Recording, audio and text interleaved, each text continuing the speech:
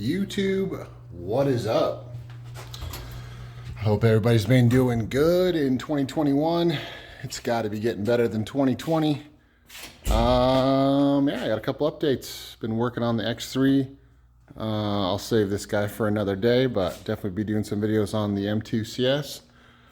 But let's take a look at the X3. I've been busy. I haven't been able to ride. It's been kind of crappy weather, and my machines have needed some long overdue service and maintenance. I still have the Turbo S. I still love the Turbo S. The Turbo S caught a rock Baja pre-running and has a crack in the transmission case, so I've got to go and do some work on that guy. So that'll be getting on the lift here soon and just doing some more prepping, getting it ready for race season. Did some big updates to the X3 that we need to talk about. I wasn't sure what I was going to do with the X3 this year. Wasn't sure if I was going to keep her or sell her. You know, I know Polaris is coming out with something someday, and you know, we got Robbie Gordon side-by-side stuff, but who freaking knows when these things are coming out. And I got a good proven platform right here, and I decided I wanted to take it to the next level. So last year I did a bunch of little things with racing in mind. So every kind of mod I did, I thought about racing. So last year we did the bumper, which was also the spare tire carrier. Let's pull this down a little bit.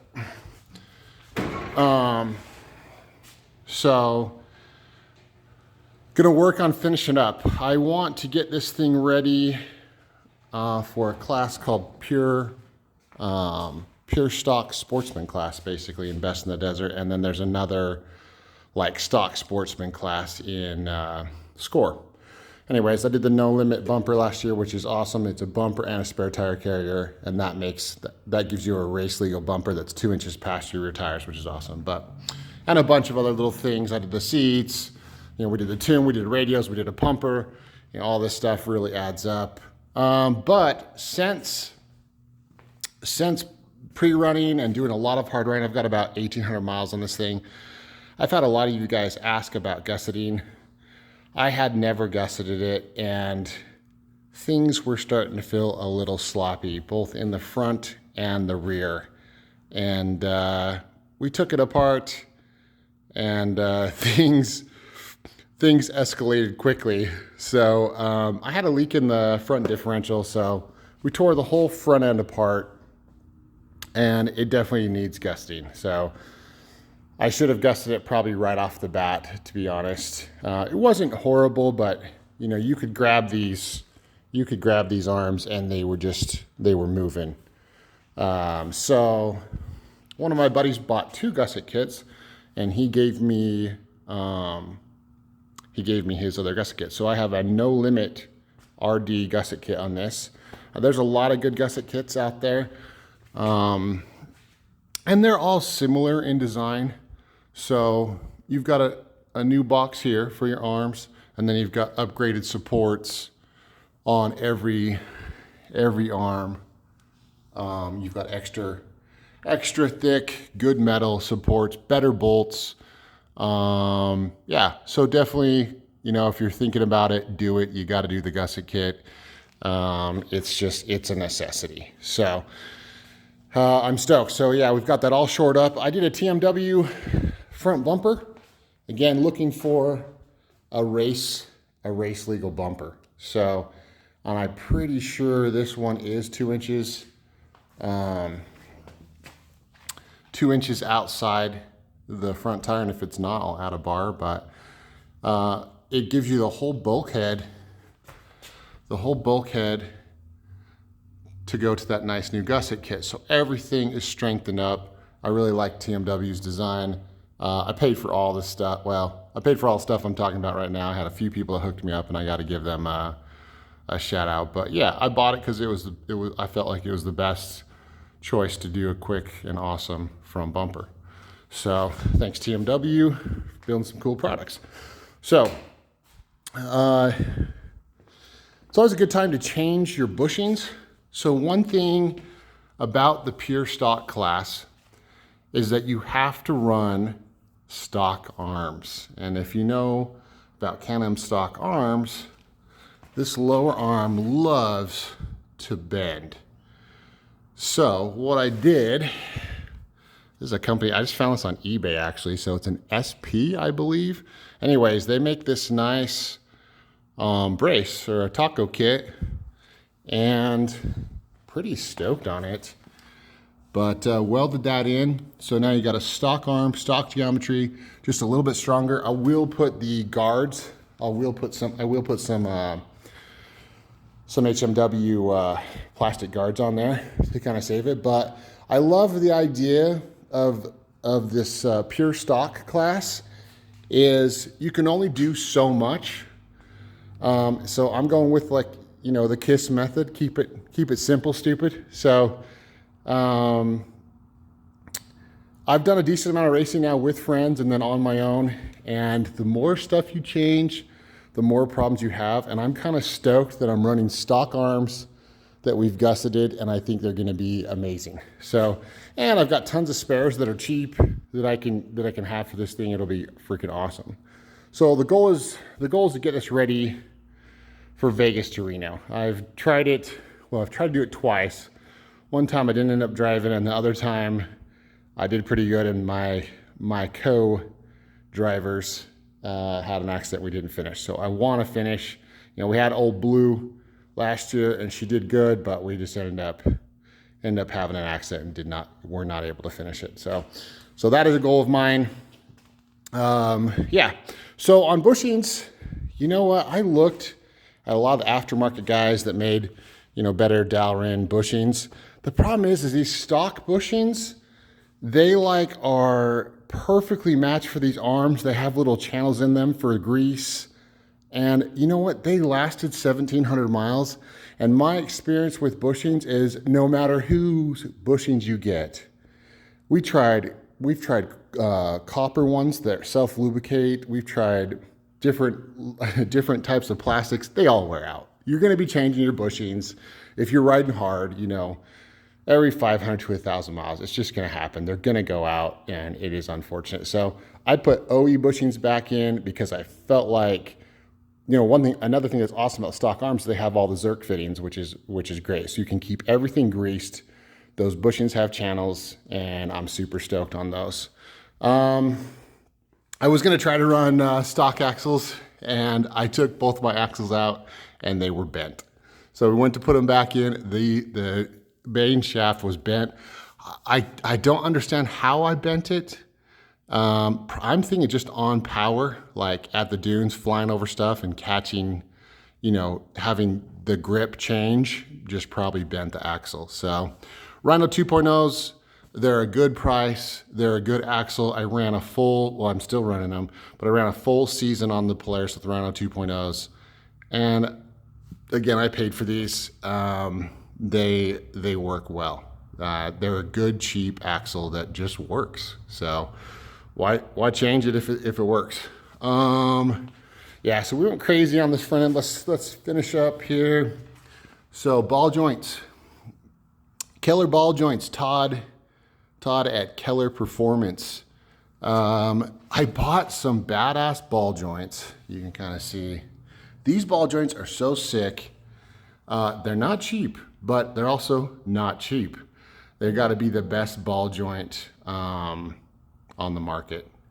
And I had a set for the Polaris, and then I went to a full Cognito arm set, and didn't end up needing my Polaris ball joints anymore because those use uniballs. They're totally different.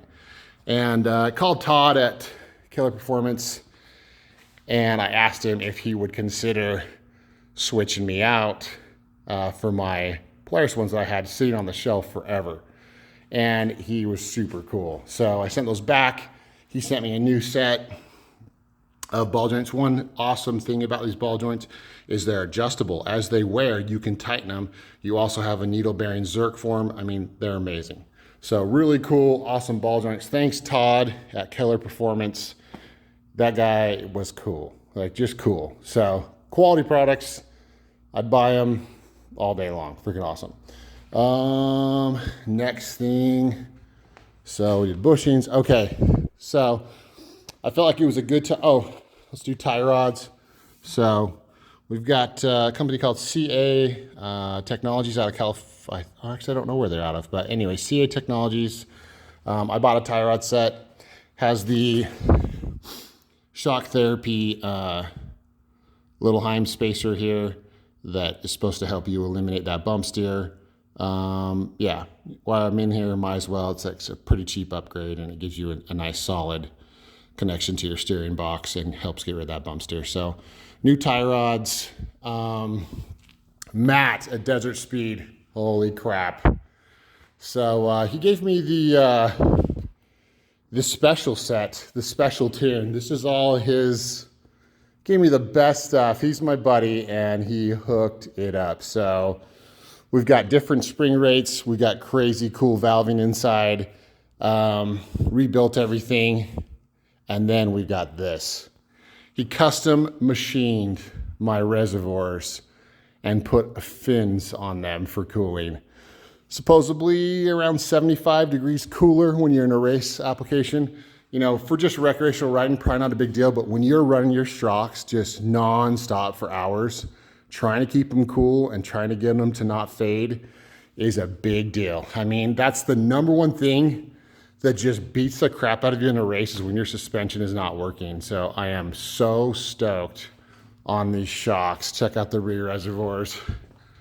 Yeah, Matt at Desert Speed.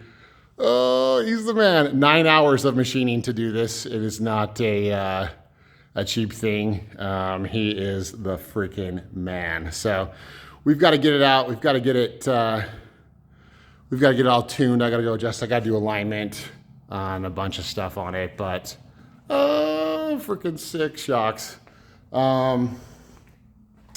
I bought CA Technologies. Again, I bought their strut tower brace. I liked it the best, and the number one reason why I liked it the best is because they integrated the limit strap into the brace. And I just thought it was the coolest design. I know there's a few different ways, but again, for racing, I wanted a strap, and it's a good price. It's a good price. Comes with their awesome strap, with the bungee, and it's just freaking sweet. You can see how it ties into the chassis right onto the gusset kit. Everything tucks up in there nice. It was easy to put on. So I would definitely recommend their brace. It's a good brace. There's a lot of guys you can go with. The CA Technology one, I'm stoked on it. Hopefully it performs good. I think it will. But yeah, so I got some limit straps. So, okay, last but not least, on the front, I got the guys at Agency Power that hooked me up with these badass big brake kit for the Can-Am. You know, you add all this power and weight, and then you still have these teeny stock Can-Am brakes that honestly weren't that great in the first place. On Old Blue, the race car from Las Vegas to Reno, dude, the brakes suck so bad. You just have to just kind of hope that you don't have any hard stops. They're just not good. And I am so excited to try out these big brakes. Freaking amazing. So I'll do a whole separate video on the performance of these things, but check out that rotor, vented, slotted, freaking huge nickel plated calipers. I'm gonna go and test these, put these things through their paces, but so much more braking performance. I am so pumped on it. It's a super simple install. It's not hard at all. You got to pull your hub off. Some of my hubs, when they were coming off, the bearings were a little stubborn to get out. I ended up messing up one of the bearings, but I just took the time and changed all of my bearings anyway. But yeah, so crazy cool, nickel plated, beautiful 4-piston caliper, vented slotted rotors, just freaking amazing. So super stoked on those. Got to thank the guys at Agency Power. They've been so good to me. Vivid Racing, Agency Power. They have been so freaking cool to me. So they hooked me up with those, and that is going to make a big difference for this race rig. So yeah, I don't know. So that's the first stage. So I've got front end is done. I'm gonna probably add a little bit of lighting on the bumper. I've got to put a siren in, a couple things, but I pretty much got it done. It is a lot harder than it looks to actually get all this crap done. It just takes so much more time than you think, but done. Back end I have started on, so you saw the badass shocks from Matt at Desert Speed. I'm gonna link Agency Power, Desert Speed. I'll link all this stuff. So if you guys want to check out any of these parts, you know, they're good guys, they're quality parts. I wanted the best stuff. I don't care. I mean, obviously, I like a deal, but I wanted the best stuff. So I bought what I thought was the best. I put it on the Can-Am.